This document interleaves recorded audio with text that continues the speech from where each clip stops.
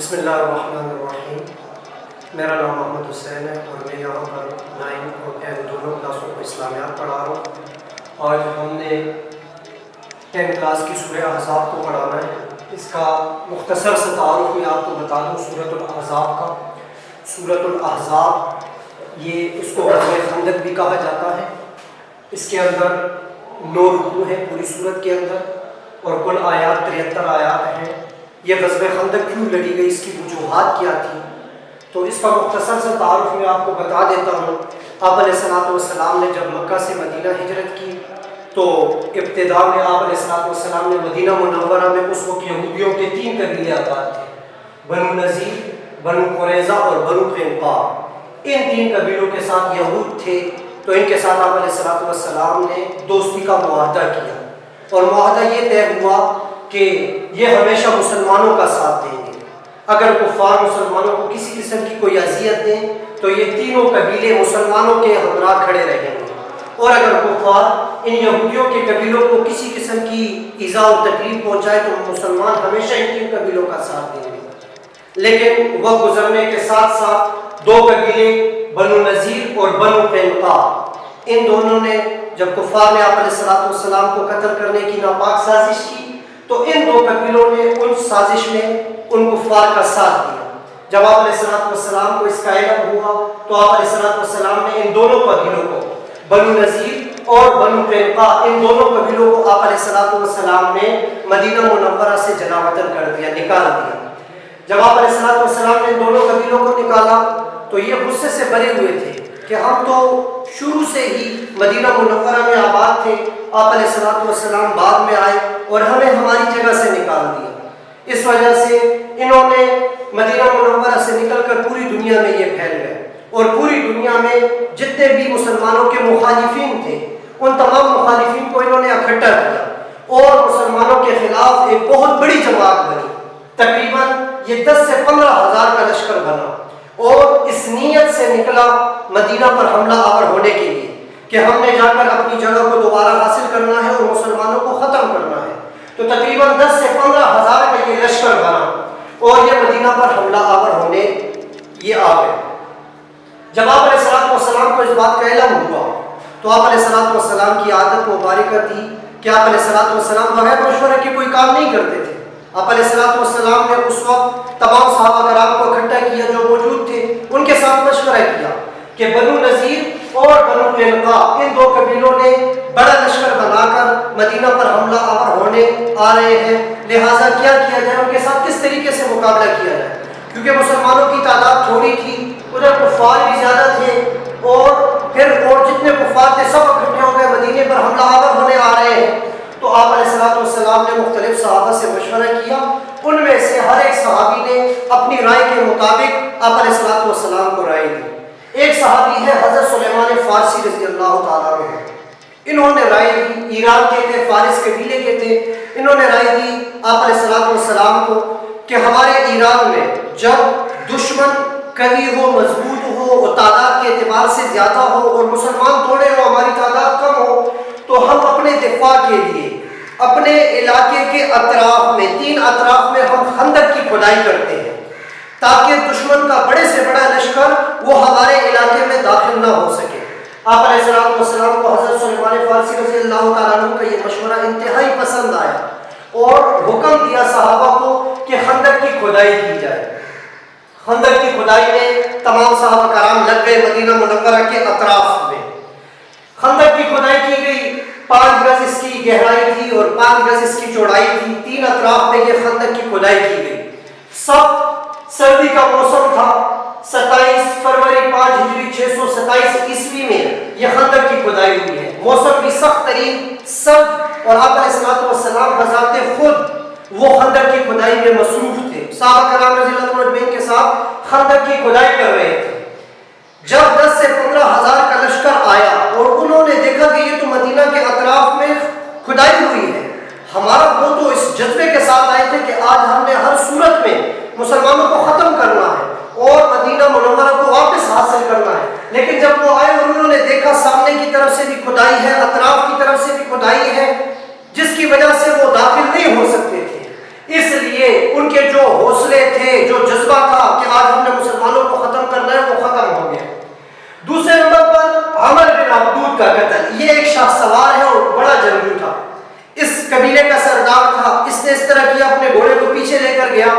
پیچھے سے تیز رفتاری کے ساتھ آیا کہ چلو میرا یہ گھوڑا خندق کو پھیلاتے ہوئے مدینہ کے اطراف میں داخل ہو جائے. لیکن جب اس کا وہ گھوڑا اس خندق کو پھیلاتے ہوئے اوپر سے خندق کو پھیلا رہا تھا تو وہ گھوڑا نیچے گر گیا خندق میں. خندق میں جب نیچے گرا تو یہ اکیلا تھا اور تمام مسلمان تھے. آپ علیہ السلام کے حکم سے حضرت علی رضی اللہ تعالیٰ عنہ نے عامر بن عبدود کو جو ہے قتل کیا. حضرت نعیم بن مسعود رضی اللہ تعالیٰ عنہ کی جنگی چال. حضرت نعیم بن مسعود رضی اللہ تعالیٰ عنہ وہ صحابی ہیں کہ جو چھپ کر ایمان لائے تھے لیکن ابھی تک کفار کو ان کے ایمان کا اندازہ نہیں تھا, پتہ نہیں تھا.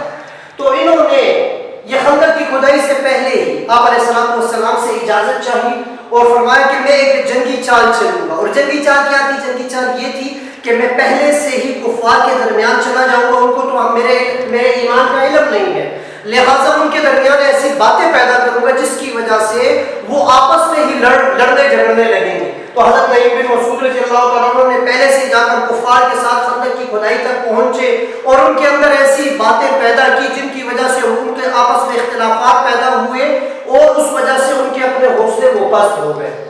آندھی کا طوفان ایک رات آپ علیہ اللہ رب العزت نے جو ہے آندھی کا طوفان بھجوایا.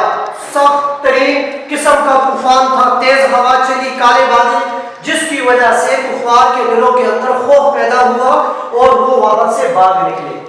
اب یہ جنگ کیوں لڑی گئی, اس کے اسباب کیا تھے؟ ایک ہے مسلم قریش دشمنی. اس جنگ لڑنے کا ایک پوائنٹ یہ کہ مسلم قریش دشمنی, قریش کے ساتھ کفار مکہ کے ساتھ جو ہے وہ مسلمانوں کی ایک طرح کی دشمنی چلی آ رہی تھی. دشمنی کی وجہ سے یہ جنگ لڑی گئی. دوسرا بنو نذیر اور بنو قینقاع کی جلا وطنی. آپ علیہ السلام ان دو قبیلوں نے آپ علیہ السلام کو قتل کرنے کی ناپاک سازش کی, جس کی وجہ سے آپ علیہ السلام نے ان کو مدینہ سے نکالا. جس غصے کی وجہ سے یہ مدینہ پہ دوبارہ حملہ آور ہوئے, یہ وجہ تھی دوبارہ جنگ کی.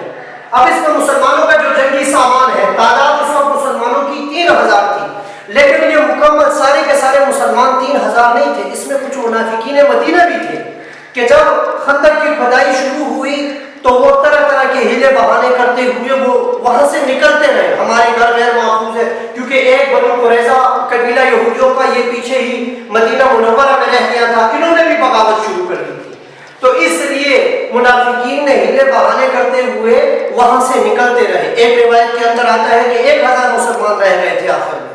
ایک روایت میں آتا ہے کہ 700 مسلمان تھے کیونکہ اکثر منافقین تھے وہ وہاں سے بھاگ نکلے تھے. اور 36 گھوڑے تھے ان کے پاس. کفار کا جو جنگی سامان تھا تو وہ 10 سے 15,000 کے درمیان, لیکن اکثر روایات کے اندر 10,000 کی تعداد آئی ہے.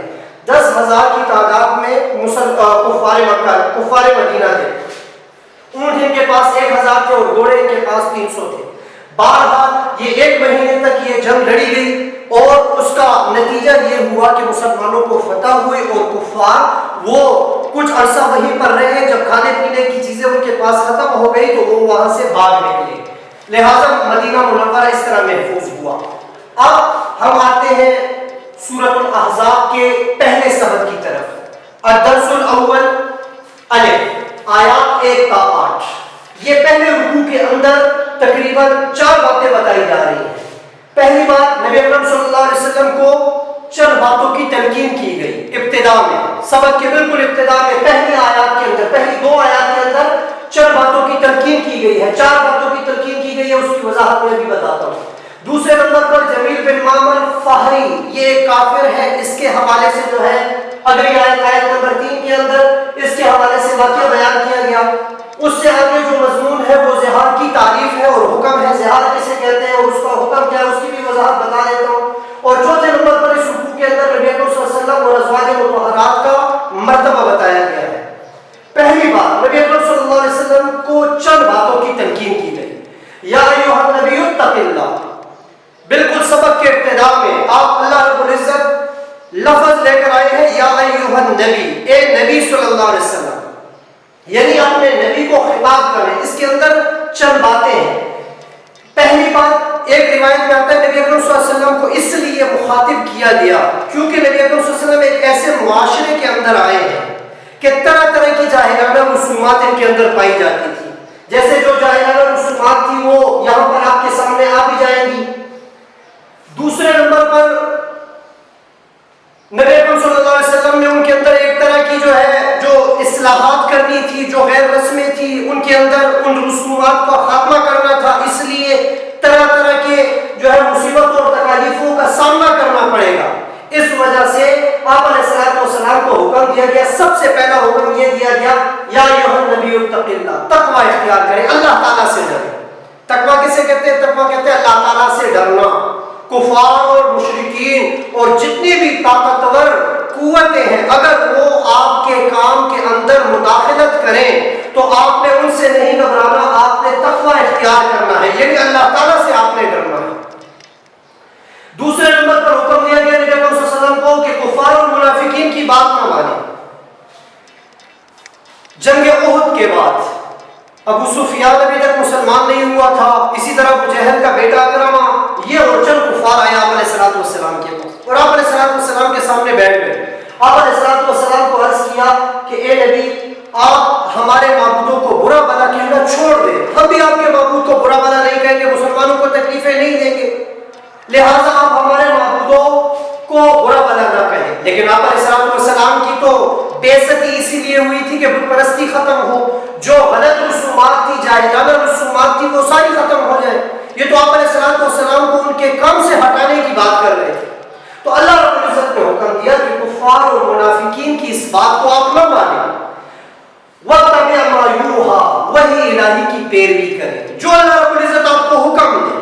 قرآن مجید کے اندر اللہ رب العزت قرآن مجید کے ذریعے سے آپ پر جو وحی نازل کرے، آپ نے صرف اور صرف اس کی اتباع کرنی ہے۔ اس کے اندر مفسرین ایک اور پوائنٹ بھی بتاتے ہیں، جس طرح آیات کے اندر آ جائے گا، منہ بولے بیٹے کے حوالے سے ایک کویسچن آگے آ جائے گا آپ کے سامنے اسی رکوع کے اندر، منہ بولے بیٹے کے حوالے سے کہ حضرت زید رضی اللہ تعالیٰ عنہ کی حضرت زینب رضی اللہ تعالیٰ عنہ کے ساتھ وہ ان کا نکاح ہوا اور بات پھر کسی وجہ سے طلاق تک پہنچی، جس کی وجہ سے آپ علیہ السلام کے دل کے اندر یہ بات تھی کہ زینب رضی اللہ تعالیٰ عنہ کے ساتھ آپ نکاح کر لیں، لیکن آپ علیہ السلام اس لیے اس بات کو واضح نہیں کر رہے تھے کہ کہیں پر اسلام کے حوالے سے کفار طرح طرح کی باتیں نہ کریں۔ اس وجہ سے اللہ رب العزت نے وحی الہی قرآن مجید کے اندر سورہ احزاب کے اندر ہی آپ علیہ السلام کو حکم دیا کہ آپ اپنے منہ بولے بیٹے کے بارے میں، آپ کا جو منہ بولے بیٹا حضرت زید رضی اللہ تعالیٰ نے، آپ اس کی متعلقہ حضرت زینب رضی اللہ تعالیٰ کے ساتھ آپ نکاح کر سکتے ہیں۔ دوسرے نمبر پر اور چوتھا پوائنٹ اس کے اندر یہ اللہ تعالیٰ پر بھروسہ رکھیں، یعنی جس طرح کے حالات آ جائیں، حالات کو لانے والی ذات اللہ تعالیٰ کی ہے، حالات کو ختم کرنے والی ذات وہ اللہ تعالیٰ کی ہے۔ کفار اور مشرکین کی طرف سے جو حالات آئے ہیں، اللہ تعالیٰ کو اس کا اندازہ ہے، لہٰذا ان حالات کو ختم بھی اللہ تعالیٰ ہی کریں گے۔ آپ ہر حالت میں اللہ تعالیٰ پر بھروسہ رکھیں۔ دوسرے نمبر پر جو بات بتائی جا رہی ہے وہ یہ جمیل بن معمر فہری کا واقعہ ہے۔ جمیل بن معمر فہری یہ ایک کافر سردار ہے۔ اس کے حوالے سے، اس کی ذہانت کی وجہ سے، اس کی چالاکی کی وجہ سے ایک بات عرب کے اندر مشہور تھی، اور وہ یہ کہ اس کو لوگ کہتے تھے کہ یہ انسان، اس کے سینے کے اندر دو دل دھڑکتے ہیں۔ کیوں؟ کیونکہ وہ کہتے تھے اتنا ذہین اور فتین اور اتنا شاطر اور چالاک یہ تو ہمارے عرب میں کوئی نہیں ہے جتنا یہ ہے، لہٰذا اس کے سینے کے اندر دو دل ہے، اور یہ خود بھی اس بات کا دعویٰ کرتا تھا کہ میرے سینے کے اندر دو دل ہے، ایک کے اندر ایمان ہے اور ایک کے اندر کفر ہے، لہٰذا میں مسلمان بھی ہوں، کافر بھی ہوں۔ اللہ رب العزت نے اس کی اس لغو و رسم کو ختم کرنا تھا۔ ما جعل اللہ لرجل من قلبین فی جوفہ، یہ آیت کے اندر موجود ہے، پہلے رکوع کے اندر اللہ رب العزت نے فرمایا ما جعل اللہ لرجل من قلبین فی جوفہ، اللہ رب العزت نے کسی انسان کے سینے کے اندر دو دل نہیں بنائے، لہٰذا اس واقعے سے بھی مسلمانوں کو حکم ملا کہ کسی انسان کے سینے میں بھی دو دل نہیں ہو سکتا۔ تیسرے نمبر پر زہار کا حکم ہے۔ زہار کسے کہتے ہیں؟ زہار کی تعریف اور زہار کا حکم۔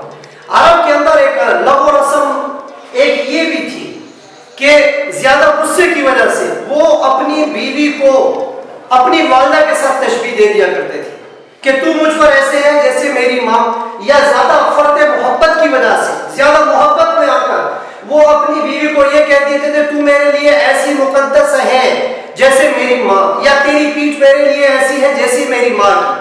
جب ان کے منہ سے جذبات میں یہ الفاظ نکلتے تھے تو لہٰذا وہ اس کو ہمیشہ کے لیے اپنی ماں کا درجہ دیا کرتے تھے۔ وہ پھر وہ تعلق اس کے ساتھ نہیں رکھتے تھے جو ایک خاوند اور بیوی کے درمیان ہوتا ہے، بلکہ وہ اپنی بیوی کو بھی والدہ کا درجہ دیا کرتے تھے. لیکن یہ ایک لغو رسم تھی عرب کی. اللہ رب العزت نے نبی اکرم صلی اللہ علیہ وسلم کے ذریعے اس لغو رسم کو بھی ختم کرنا تھا. یہ طلاق کی بھی ایک قسم ہے.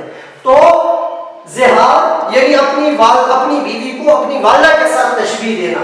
تو لہذا اللہ رب العزت نے حکم یہ دیا کہ کبھی بھی آپ کی والدہ آپ کے اس کہنے سے کہ تو میرے لیے ایسی ہے جیسے میری ماں، تو وہ آپ کے کہنے سے آپ کی ماں نہیں بنتی، وہ آپ کی بیوی ہی ہے. ہاں طلاق کی ایک قسم ہے، لہذا غلطی ہوئی ہے اور غلطی کا تو آپ میں جو ہے کفارہ دینا ہے. تو غلطی زہار کے متعلق حکم یہ ہوا اب یہ بیوی کے ساتھ دوبارہ تعلقات کس طرح بحال ہوں گے، اس کے لیے یہ 3 احکامات سے گزرنا پڑے گا. نمبر 1 یہ کہ اگر کسی نے یہ غلطی کر لی تو وہ ایک غلام آزاد کرے. جب ایک غلام اس نے آزاد کر لیا اس کے بعد یہ اس کی بیوی رہے گی، اس کا کوئی تعلق جو بیوی کے ساتھ ہوتا ہے وہ بحال رہے گا. لیکن آج کل تو غلام موجود نہیں ہے، غلاموں کا زمانہ نہیں ہے، تو لہٰذا ہم نے دوسرے حکم پر عمل کرنا ہے، 2 ماہ متواتر روزے رکھنا. لیکن اس کے اندر مین پوائنٹ یہ ہے، یہ روزے رمضان کے روزوں کے ساتھ نہ آئے، ایک پوائنٹ. دوسرا 2 ماہ متواتر روزے رکھنے میں کسی قسم کا کوئی بھی درمیان میں فاصلہ نہ آئے. مثال کے طور پر 53 دن تک جو ہے وہ روزے رکھے اور پھر ایک دن جو ہے اس نے روزہ نہ رکھا، تو اب حکم یہ ہے کہ دوبارہ شروع سے یہ دوبارہ روزے رکھے گا. یعنی 2 مہینے 60 دن تک متواتر اس نے روزے رکھنے ہیں. تیسرا حکم یہ ہے، لیکن یہ تیسرا حکم یہ نہیں ہے کہ مثال کے طور پر یہ روزے رکھنے کی قوت رکھتا ہے لیکن یہ کہتا ہے میں نے تو بس صرف 60 مساکین کو کھانا کھلانا ہے. یہ غلط ہے، کیونکہ حکم یہ ہے کہ غلام کو آزاد نہیں کر سکتا تو 2 ماہ تک، کیونکہ غلطی سنگین ہے. جب غلطی سنگین ہے تو اس کی سزا بھی غلطی کے مطابق ملتی ہے. 2 مہینے تک متواتر روزے رکھے گا. ہاں اب ایسی بیماری پہ مبتلا ہے جس کی وجہ سے یہ روزے نہیں رکھتا اور کوئی مسلمان ایمان والا ڈاکٹر اس کو اس کی بیماری کی وجہ سے روزے رکھنے سے منع کر رہا ہے کہ آپ 2 مہینے تک مسلسل روزے نہیں رکھ سکتے، تو اس کے کہنے پر پھر یہ 2 ماہ تک روزے نہیں رکھے گا بلکہ تیسرے حکم پر عمل کرے گا. اور تیسرا حکم یہ ہے کہ 60 مساکین کو کھانا کھلانا. اس کے علاوہ ایک اور پوائنٹ ہے جس لغو رسم کو ختم کرنا ہے.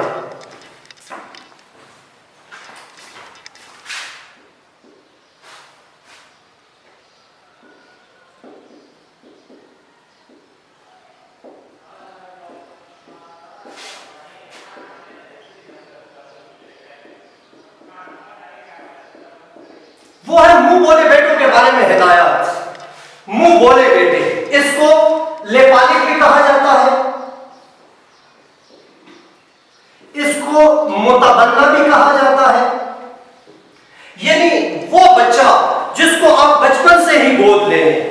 تو عرب کے اندر ایک لغو رسم یہ تھی کہ منہ بولے بیٹوں کو وہ حقیقی بیٹا سمجھتے تھے.